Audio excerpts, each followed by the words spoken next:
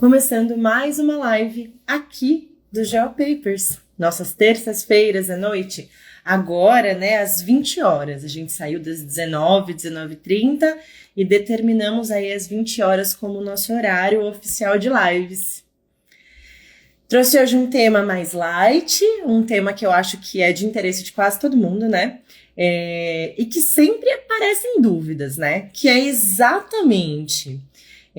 índice de líquido amniótico ou maior bolsão, quando eu uso um, quando eu uso outro, mas aonde eu trabalho só faz ILA ou aonde eu trabalho só faz maior bolsão, o que eu devo utilizar, o que a evidência fala pra gente que é superior. E aqui no Brasil a gente tem uma tendência a usar índice de líquido amniótico. Eu não sei se vocês reparam ou se é mais aqui em São Paulo mesmo, mas a gente percebe que tem que falar índice de líquido amniótico, tem que ter ILA. E aí quando você vai, quando eu fui para o King's College, eu ficava perguntando, e o ILA? E o ILA? E o ILA? E lá é maior bolsão, ponto. Assim, ILA muitas vezes, né? Mas assim, a grande maioria das publicações internacionais falam em maior bolsão. Mas é algo muito comum aqui no Brasil, né? A gente vê nos laudos, se não tiver ILA, o exame não foi feito de maneira adequada. Na verdade, são dois métodos que a gente pode utilizar para estimativa aí de líquido amniótico. E os dois têm coisas positivas e coisas negativas. Mas para poder responder a pergunta da nossa live o que é mais indicado para ser utilizado na nossa prática clínica é o maior bolsão, ponto. Isso não significa que você não possa usar o ILA, mas, gente, o ILA aumenta muito a chance de você ter falsos positivos. Então, a gente tem que tomar cuidado, porque usar o ILA tem comprovação científica de que faz com que a gente tenha intervenções desnecessárias muitas vezes, entre elas indução de parto precoce, cesariana, etc. Então, a gente tem que tentar entender um pouquinho sobre isso, né? Quero que você me conte aqui no Stories se você está acostumado a trabalhar com laudos ultrassonográficos ou se você é ultrassonografista.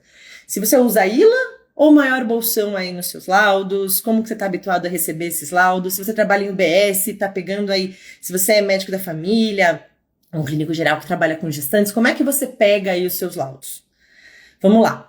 Lembrar um pouquinho do líquido amniótico, né, gente? Que é uma barreira protetora super importante que gera aí um ambiente estéril para o bebê. Então, o líquido, ele é muito importante em toda a formação do bebê, não só para proteção e barreira. O líquido amniótico, ele é muito importante porque ele ajuda na maturação de diversos órgãos, principalmente trato gastrointestinal.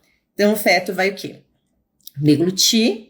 O líquido amniótico vai passar por todo o trato gastrointestinal, vai ajudar na maturação e aí ele vai urinar. E no terceiro trimestre a principal via aí da produção e da manutenção aí do líquido amniótico, tá? Então, além disso, faz uma tensão importante no tórax fetal para poder auxiliar aí na formação pulmonar também, que é muito importante. Facilita a movimentação do bebê, né? E o líquido amniótico também favorece aí também a flutuação do nosso cordão umbilical, para a gente ter menos compressões, tá? Então, a gente precisa ter um balanço entre produção e excreção do líquido. A gente precisa ter produção e excreção. E isso vai fazer com que a gente mantenha aí os níveis de líquido amniótico dentro daquilo que a gente espera. Basicamente, gente, a gente está acostumado a fazer avaliações qualitativas ou quantitativas. Em geral, no início da gravidez é qualitativo. Às vezes a gente fala, olha, o aspecto ou aparentemente o que a gente consegue ver é líquido normal, é uma análise qualitativa, mas é só no início, tá bom, gente? O ultrassonografista, ele realmente bate o olho, ele vê mais ou menos proporção líquido-bebê, tá tudo ok, ótimo. Então, sei lá, com 16, 18 semanas, não espere um valor de ILA, não existe ILA de 18 semanas. Tem muita gente que fala, ele nem viu ILA. Não tem. A gente precisa de 4 quadrantes para poder fazer o ILA, sabe, gente? Então, a gente pode fazer uma análise subjetiva, uma análise qualitativa, de bater o olho e ver a quantidade de líquido aí no comecinho, tá?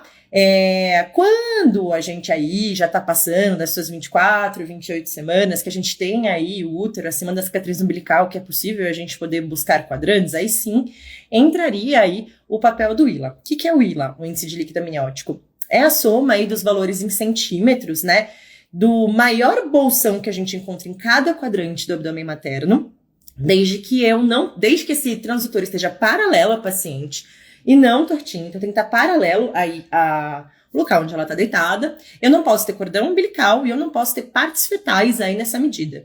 A gente vai medir no quadrante superior direito, superior esquerdo, inferior direito, inferior esquerdo. A gente vai somar esses valores em centímetros e isso é chamado índice de líquido amniótico, tá? É muito clássico, é muito tradicional. Lá no HC é o que mais se usava até pouquíssimo tempo atrás e ainda se usa bastante, tá? E a gente vai acabar falando aí que a gente tem o índice de líquido amniótico é normal, o ILA de 8 a 18 seria normal, tá certo? De 5 a 8, um ILA reduzido, abaixo de 5, oligoâmneo, tá? Entre 18 e 24, um ILA aumentado e acima de 25, polidrâmino. É assim que a gente fala aí quando a gente fala do ILA. Mas qual que é o problema do ILA, gente? A gente tem algumas dificuldades, porque na hora que eu tô fazendo o primeiro bolsão, às vezes o bebê mexeu, tá? E aí você fala, pô, será que o líquido dali não desceu, não mudou? É mais difícil de você conseguir ter uma certeza, tá? O maior bolsão já é uma técnica que a gente consegue ir um pouquinho mais de certeza. Bom, gente, quando a gente fala em maior bolsão vertical, a gente vai estar falando de pegar o quê? O maior bolsão realizando no meridiano do eixo vertical. Vou procurar o maior bolsão, independente de qual quadrante que for, achei o maior bolsão ali, e eu vou fazer a medida também em centímetros, tá? A gente vai fazer a medida da profundidade pelo qual se observa apenas a presença de líquido. Não pode ter partes fetais ou cordão umbilical igualzinho no ILA. E a gente tem alguma diferença em relação ao valor. Se meu maior bolsão for menor do que 2, aí eu bato o martelo que é oligoâmneo, tá? Entre 2 e 8, na grande maioria dos lugares a gente fala que estaria normal, maior do que 8 polidrâmino. Mas existem alguns autores que falam que a partir de 21 semanas polidrâmino seria acima de 10 centímetros, tá bom? Na Febrasgo, que é a literatura que a gente mais fala, eles dividem assim, antes de 20 semanas até 8, maior que 8 é polidrâmino, depois de 21 semanas maior que 10 centímetros seria polidrâmino, tá? Então, basicamente, gente, a análise do líquido amniótico, a gente fica angustiado, a gente fala, ai meu Deus, tem que indicar parto, tem que encontrar motivo. Não, a gente tem que ficar alerta. Se a gente tem uma gestação onde a gente tem motivo de acompanhamento de vitalidade, a gente tem que acompanhar aí o líquido amniótico. O que eu acho que é importante a gente falar em relação da comparação índice de líquido amniótico e maior bolsão é o porquê que o índice de líquido amniótico aumenta aí as chances da gente ser intervencionista, tá? Então, o que acontece? Olha, o ILA tende a superestimar o volume real em casos que eu tenho oligoâmneo. Então, em casos que eu tenho oligoâmneo, o índice de líquido amniótico tende a não pegar, tende a superestimar. E isso é um grande problema, porque realmente o oligoâmneo é o que mais preocupa a gente na grande maioria das vezes, né? Porque oligoâmneo idiopático é muito raro, é menos de 5%. Normalmente tem alguma relação com ou ruptura de membranas, ou insuficiência placentária, né? É o que mais chama a nossa atenção. Aí, aquele sofrimento crônico que a gente fala, principalmente nos restritos, com insuficiência placentária. Então, a gente fica bem atento. É um marcador de perfil biofísico fetal. E se a gente usa o índice de líquido amniótico, então a gente tem chance de superestimar o volume real. Por isso que, nesses casos, o maior bolsão é o mais indicado, sem sombra de dúvida. Quando que o índice de líquido amniótico seria legal? Para a gente fazer uma avaliação que não seja pontual. Então, assim, eu não vou fazer um exame agora, eu quero saber o resultado, porque isso, desse exame, vai determinar se eu vou ou não resolver uma gravidez, ou falta mais alguma informação, por exemplo, é um restrito com alteração de Doppler e oligômino. Então, tá acima de 34 semanas, a gente vai resolver, sabe? Então, se eu preciso fazer um acompanhamento desse líquido amniótico, o paciente está internado, eu vou acompanhar, eu vou fazer ultrassom dela, sei lá, dia sim, dia não, ou todos os dias, aí o ILA é bacana, tá? Então, numa avaliação pontual, num exame pontual, o ILA não é bacana. O ILA é bacana pra gente fazer o filme da gravidez, e não a foto. O maior bolsão, ele é muito mais bacana quando eu tenho que fazer realmente a foto, né? Aquele laudo ultrassom que vai me determinar alguma coisa que esteja acontecendo nesse momento. Perfeito? Então, a gente tem que tomar, assim, bastante cuidado. Tem mais falso positivo, então, usando o ILA. Então, a gente acaba realmente tendo muito mais intervenção. Principalmente quando a gente está falando de fetos com maior chance de fazer oligômino. Quando a gente está falando de polidrâmino, gente, 60% das vezes a gente está frente a um feto que tem um polidrâmino de natureza idiopática. Claro que a gente tem que lembrar do diabetes, claro que a gente tem que falar de malformações, né, que podem estar relacionadas, mas a gente tem muito polidrâmino idiopático, sabe? E o polidrâmino em geral, ele acaba cursando com, dependendo da patologia, obviamente, né, gente, ele acaba cursando, na grande maioria das vezes, se não tiver aí alguma cromossomopatia, alguma malformação relacionada, ele cursa com bons resultados, né? Então, a gente tem que ficar de olho, na verdade, acompanhando essa paciente, mas o oligômino preocupa um pouco mais. E aí o índice de líquido amniótico tem mais falso positivo quando comparado com o maior bolsão. Tá certo? Pessoal, existe alguns critérios de severidade de polidrâmino, não sei se vocês já ouviram falar. Isso é da Febrasgo, tá? Do protocolo da Febrasgo. Quando eu tenho uma paciente com índice, aí vou te falar aqui, como que é o protocolo da Febrasgo, ela fala tudo isso, maior bolsão é mais importante, aí chega, só tem índice de líquido amniótico. Então o ILA, entre 25 e 29, é um polidrâmino leve. Entre 30 e 34, ele já é moderado. E maior ou igual a 35 é polidrâmino severo, tá? Esses polidrâminos severos, eles têm uma relação mais importante com malformações, né? Lembrando, malformação do trato gastrointestinal, principalmente quando o feto não consegue deglutir aí o líquido amniótico, então acaba acumulando. Algumas cromossomopatias podem realmente acabar evoluindo com isso. E o que a gente fala é que nesse tipo de situação, quando a gente tem um ILA realmente muito elevado, a paciente começa a ficar desconfortável, né? Não sei se vocês já acompanharam alguma amniodrenagem. Eu já acompanhei algumas vezes pacientes que precisaram fazer amniodrenagem no serviço que eu fiz minha residência. E, gente, às vezes precisa realmente, tem que conversar com a paciente. Se a paciente tem indicação de fazer cariótipo, aí a gente consegue também coletar aí, o material e esvaziar um pouco, né, esse útero que está super estendido. Então, é discutível, sim, realizar aí a amniodrenagem para alívio materno, principalmente, quando a gente tem esses polidrâminos mais severos, tá?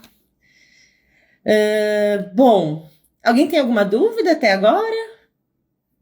Eu perguntei para vocês se vocês costumam usar o ILA ou o maior bolsão. Pouca gente respondeu. E aí? ILA ou maior bolsão que vocês costumam utilizar aí no serviço de vocês? Isabel falou maior bolsão.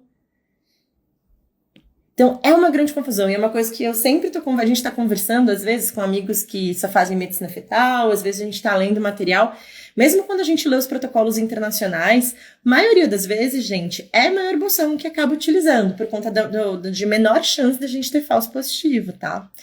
Mas aqui no Brasil, algo acontece que a gente tem um apego louco ao índice de líquido amniótico. Muitas vezes vem no laudo só o ILA, não vem o maior bolsão, e você fala, pô, beleza. Então é só a gente lembrar que para poder fazer um diagnóstico pontual, o maior bolsão é melhor. Quando a gente vai fazer um acompanhamento, aí o filme da gravidez, realmente o índice de líquido amniótico ele é bom também. Então, sabendo que se a gente tiver as duas análises, tá? Já seria uma coisa legal. Mas quando eu tô com uma paciente que tá com aquela cara de realmente um oligoâmino, você botou o aparelho de tração, tem quase sua parte fetal, maior bolsão, gente. É maior bolsão que a gente deveria utilizar, tá? Tem comprovação de que a gente está super seguro para isso. Se a gente encontrar um bolsão de 2,2 e ponto final, tá tudo bem, tá? Mas abaixo de 2, aí sim, realmente bateria martelo como oligoâmino, né? O índice de líquido amniótico realmente acaba fazendo a gente ter mais falsos positivos no caso, certo? Alguém mais tem alguma dúvida? Querem perguntar alguma coisa? Tanta gente aqui hoje, mas ninguém tá perguntando nada. Todo mundo sabe tudo de índice de líquido amniótico? Alguém tem algum caso? Acho que seria legal a gente bater um papo sobre, assim, aqueles casos que a gente tá na dúvida, né, se é amniorexis prematura ou não, né?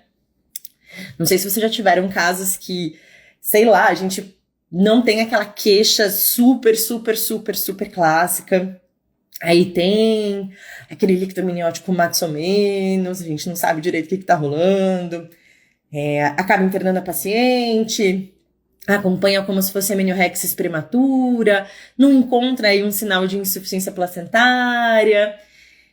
E aí, vocês já tiveram casos assim? Eu acho que todo mundo aqui já teve casos assim, né? Eu tenho certeza.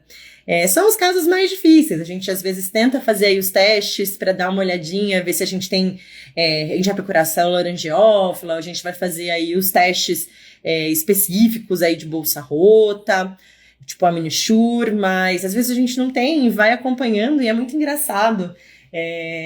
Eu brinco muito com as pessoas que trabalhavam comigo numa maternidade grande aqui de São Paulo, que parece que às vezes acontece alguma coisa que fecha um buraquinho e volta a ter líquido, é uma loucura. Já acompanhei alguns casos assim, que realmente mostrou uma queda importante aí de líquido prematuro para DDL, e a gente continua acompanhando e de repente o líquido volta, que é uma loucura, né? Às vezes, durante a infecção, a gente tem queda de líquido amniótico também, e depois do tratamento, estabilização da mãe, acaba melhorando, então a gente tem que tomar cuidado para não pirar só, porque quando a gente apresenta aí um feto com oligoâmino sem nenhum tipo de diagnóstico definitivo de motivação, né? Então, acompanhar, respirar fundo, fazer perfil biofísico-fetal, cardiotocografia, avaliar Doppler, estando tudo bem, não é só o líquido que vai indicar parto, tá, gente? Não é porque o líquido tá baixo que a gente vai indicar parto, que a gente tem que sair correndo. Tá? Então tem que ser o oligoâmino mais alguma coisa que esteja muito bem estabelecida. E eu percebo que isso dá uma angústia gigantesca em muitos especialistas. Então o líquido por si só não vai indicar a resolução, tá? Olha, a Maria Eduarda está perguntando, paciente com 40 semanas com óligo sem perdas, como conduzir? É comum pra caramba, às vezes, a gente passar aí das 40 semanas de gestação e a gente começar a perceber essa paciente perdendo aí aquela grande quantidade de líquido amniótico que ela tinha. É um dos motivos do porquê a gente deveria realmente acompanhar essas pacientes, né, que a gente fala aí, tipo, após as 40 semanas. Hoje em dia a gente fala mais após a 41 do que 40, né, isso mudou um pouco. Essa história de após 40 tá mudando por conta aí da nomenclatura nova que a gente acaba utilizando, né? Mas se a gente tem uma paciente com oligoâmino acima de 40 semanas, aí sim a gente teria indicação de resolução, porque ela seria uma paciente que estaria após 40 semanas, a maturidade completa, com oligoâmino. Isso pode ser um sinal de insuficiência placentária, a placenta já deu o que tinha que dar, né? Lembrando que a placenta é um órgão que tem data de validade, vamos dizer assim. Eu costumo falar bem assim para os meus pacientes, a gente forma e despreza aí ao longo da vida, dos poucos órgãos que a gente faz isso, e aí a gente não pode correr o risco desse bebê aí ter algum tipo de problema, é um sinal de insuficiência placentária tardia, tá? Então a gente pode induzir, se ela não tiver contraindicações, a indução. Se ela tiver contraindicação, a indução, aí realmente a gente resolveria por via alta. Vamos ver se tem mais dúvidas aqui. Na minha gravidez, tive ruptura prematura com 20 semanas e amidrâmio. Morfológica normal, e meu filho nasceu com 31 semanas, hoje tem 14 anos. Que legal, Mirtes. Que história linda. Parabéns. Fico feliz em saber. Seu milagrinho. Parabéns. Vamos ver se a gente tem mais. Paciente de 36 semanas, percentil 5, maior bolsão 3,5, com Doppler normal. Poderia monitorar diário com mapa até 37 semanas? Olha, com certeza, sim. Paciente tem líquido amniótico normal, Doppler normal, 36 semanas, percentil 5. Na verdade, Kamika, ou Kami, eu diria para você que a gente precisaria saber qual que é o percentil da circunferência abdominal. E o Doppler está todo normal, a gente pode levar a 37 semanas, às vezes até mais, tá? Então, assim, ela tem um critério médio para a gente colocar ela como restrito tardio, né? Então, na verdade, a gente precisa ter uma alteração de Doppler associado a um peso fetal estimado entre o percentil 3 e percentil 10, que é o que ela tem. Você falou que é P5, né? Então, daria pra gente monitorizar até 2 vezes por semana, tá bom? E dá para poder deixar até 37 semanas. Se estiver estável e indo bem, até às vezes um pouquinho mais, porque ela não fechou diagnóstico nem de restrição de crescimento fetal tardia, pelos critérios novos que a gente vem utilizando, viu, Cá? Então, Maria Eduarda, até quando posso induzir quando óligo ou poli? Na verdade, quem manda não é o óligo ou o polidrâmino, quem manda é a patologia que está por trás, tá? Então, assim, se eu tenho uma paciente diabética descompensada com um feto GIG polidrâmino, eu não vou induzir por conta do polidrâmino, eu vou induzir porque ela é uma diabética descompensada. O polidrâmino me mostra que ela está realmente descompensada. Se eu tenho um motivo, aí eu consigo colocar aí causa e consequência. Aí, normalmente, 38 semanas, aí dependendo do protocolo e dependendo do quão alterada essa paciente está, né? Lembrando que o ideal é que a gente tente estabilizar essa paciente antes de induzir, né? E indução de polidrâmino sempre dá aquele medinho, né? Porque se rompe bolsa, tem mais chance de prolapso de cordão, mas a gente super pode. O polidrâmino não é indicação de cesárea, aliás, não mesmo. Oligômino também, depende. Esse oligômino é por que motivo? Quem vai determinar quando vai ser o motivo da resolução é a causa. Então, que nem eu falei para vocês, a gente tem 60% das vezes polidrâmino idiopático. Se não tiver motivo nenhum, eu posso deixar até 40 semanas, sem problema algum, tá? Se não tiver um motivo específico, tiver morfo normal, TOTG normal, tudo normal, essa paciente pode seguir. Já, gente, quando é um oligômino, é a grande minoria que é idiopático. Então, em geral, a gente vai caçar em motivo. Encontrou motivo, a gente vai determinar o término da gestação a depender da patologia, tá? Mediante óligo estar relacionado à insuficiência placentária, não seria indicado interromper com 37, 38 semanas? Se for de insuficiência placentária, a gente vai seguir o protocolo aí de restrição de crescimento fetal, né? A depender de restrição de crescimento fetal tardia. Aí depende do estágio que tá, do local onde você tá.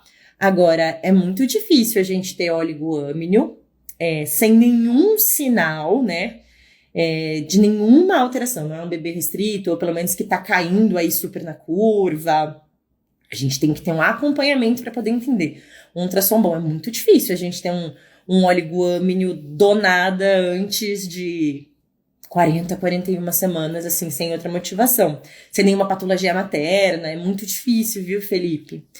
Mas a gente seguiria, então, por exemplo, os protocolos de restrição de crescimento fetal tardia. Vamos lá. Deu para entender? Fez sentido para vocês? O líquido sozinho, ele não vai indicar a resolução da gravidez. Normalmente é o líquido por alguma patologia e a gente vai seguir o protocolo daquela patologia, tá? O índice de líquido amniótico deixa a gente, claro, que mais atenta. Mas não normalmente ele sozinho não vai mudar nada, porque a gente normalmente tem alguma coisa associada, principalmente quando é óligo, né? O polidrâmino, então, se é idiopático, a gente pode simplesmente acompanhar. Perfeito, gente? Alguém mais tem alguma dúvida?